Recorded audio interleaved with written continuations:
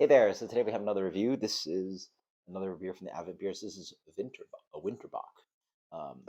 5% Winter Bock. A Bock really should be elevating alcohol. Should really be at least 6%.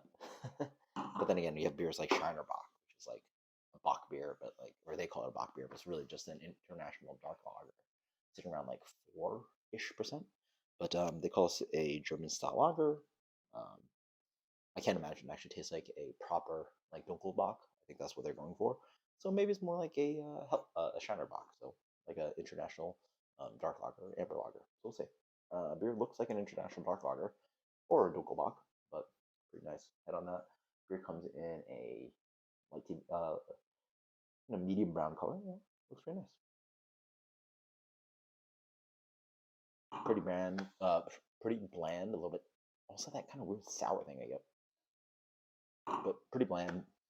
Definitely has the definitely has none of the malt complexity you get from a Dunkelbock. Dunkelbock is like so Maillard-y. There's definitely tons of Munich malt in that style. Cheers.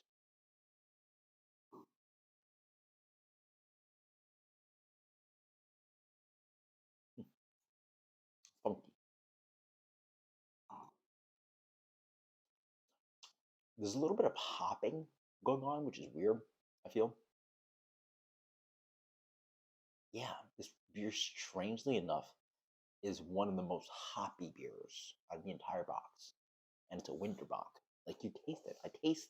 It's kind of like minty, kind of like woodsy, earthy bitterness up front.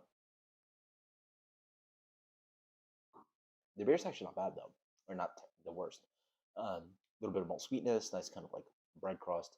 Um, the, Honestly, I wish more of the beers would hop better because like I think the hops really help balance out the blandness of a lot of these beers. There's a smack of bitterness up front, which is so strange because like I don't think Shinerbach does it. The Dunkel box shouldn't really be that highly hopped, but it makes the beer somewhat characterful and almost as if it was like a fresh example of like Dunkelbach.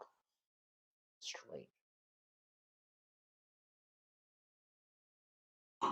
Honestly, so much about this beer, just having a little bit of that hop balance, makes this beer so much less bland.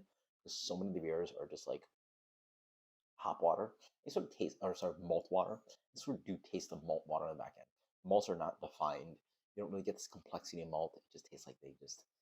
It almost. I mean, I don't know if it's possible. It's like it's almost as if they use extract brewing. Like they literally just like didn't use full grain. Like it's almost just extract.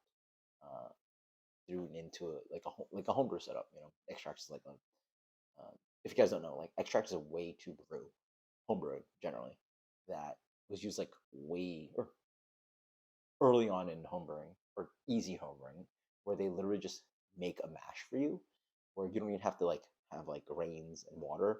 It's already all done. So you have to just like throw it in with some water and some hops and then you can ferment. So you have to skip the whole kind of like crushing grains and putting in water and having a mash at like 150 degrees or so, and just like sitting around there and like stirring in all the stuff, like sort of making oatmeal.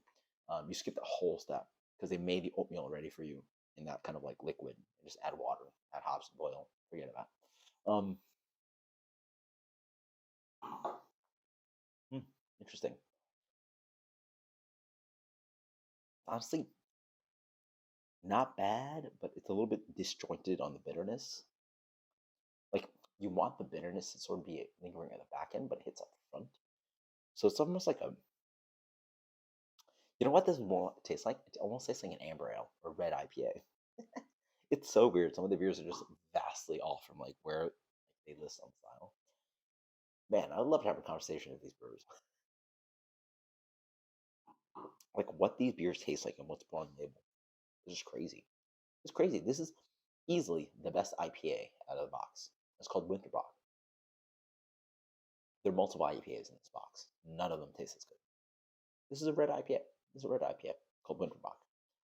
Interesting. Is it possible to just like missed labeled everything? Who knows? Tastes like red IPA. It's okay. Um, it's so. It is bitter though. Wow, this is easily the most bitter beer by the bunch. And I appreciate some bitterness out of this beer.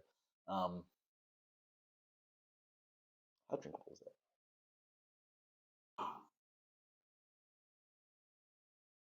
For a red IPA, I'm gonna give it a 79.